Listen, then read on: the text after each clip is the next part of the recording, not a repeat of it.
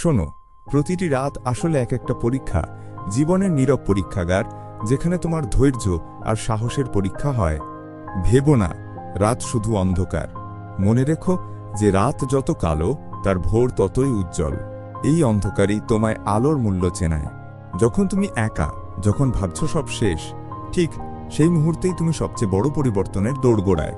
কষ্টের এই সময়গুলো ভয় পেও না, কারণ যে মাটি আগুনে পড়ে না সে কখনো শক্ত ইট হয় না।